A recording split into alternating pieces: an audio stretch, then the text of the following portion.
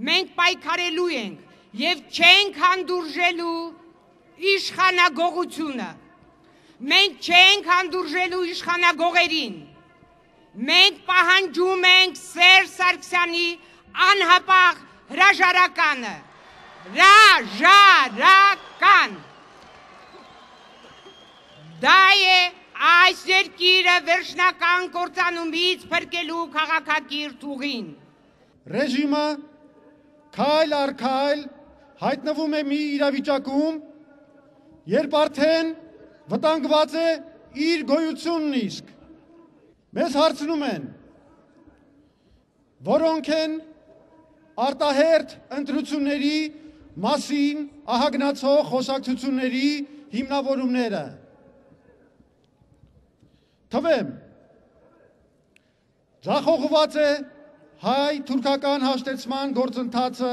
որը ապահովում էր ռեժիմի միջազգային աջակցության առյուծի բաժինը։ Հայաստանը մեկուսացվել է նաև Ղարաբաղի բանակցություններում։ Խորանում է տնտեսական ճգնաժամը, որի հիմնական պատճառը, ինչպես ցույց է տալիս վերջերս հրապարակված մեր 100 քայլ ծրագիրը, պետական քաղաքականության ծառայեցումն է իշխանությունը զավթած մի քանի պաշտոնյաների եւ օլիգարխների հարստացմանը, ժողովրդին եւ բիզնեսը խեղդելու հաշվին։ Տնտեսության առողջացման ծրագիր ներկայացնում է ոչ թե իշխանությունը, այլ ընդդիմությունը, որովհետև նրանք ծրագիր չունեն, նրանք ունեն միայն թալանի սխեմաներ, բայց ռեժիմի ձախողման ամենակարևոր ազդանշանը այն է,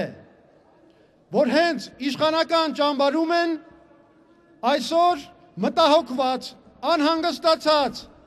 որ Սերժ Սարգսյանն արդեն ի վիճակի չի ապահովել իրենց կերակրատաշտի անվտանգությունը եւ հենց իշխանության ճամբարում են մտածում նրա փոխարինման մասին։ Մի բան ակնհայտ է. Մարտի 1-ի դեպքերից 2 տարի անց քաղաքական ճգնաժամը ավելի է խորացել եւ ճգնաժամից դուրս գալու միակ հնարավորությունը իշխանության գերագույն մարմինների արտահերթ ընտրություններն են։ Միամտություն է սպասել, որ այս իշխանությունը պիտի բացահայտի մարտի 1-ը։ Իշխանությունը չի կարող ինքն իրեն ու իր պաշտպաններին չպաշտպանել։ Հետևաբար մարտի 1-ի բացահայտումը հնարավոր է միայն իշխանափոխության դեպքում։ Այլապես գլխավոր դատախազը բոլորիս աչքերին նայելով կշարունակի պնդել, որ հնարավորն ու անհնարինն արվել է։ Իհարկե արվել է չբացահայտելու համար։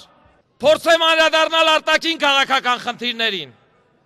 մասնավորապես հայ-թուրքական հարաբերություններին։ Խնդիրը գաղափարի ճիշտ կամ սխալ լինելու, ժամանակի ու զիջումների, ձևի ընտրության մեջ չքննարկելով, կարող ենք փաստել, որ դա Սերժ Սարգսյանի իշխանության մնալու միակ հնարավորությունն էր։ Հայ-թուրքական չկայացված հարաբերությունների առայժմ միակ արդյունքը Սերժ Սարգսյանի 2 տարվա նախագահությունն է։ Իսկ շարան հանդիպումները, մեկնաբանությունները, իրար հասցեին հնչող մեղադրանքները, հույսերն ու հիասթափությունները խաղ են չկայացվածության պարապը լրացնելու միջոց։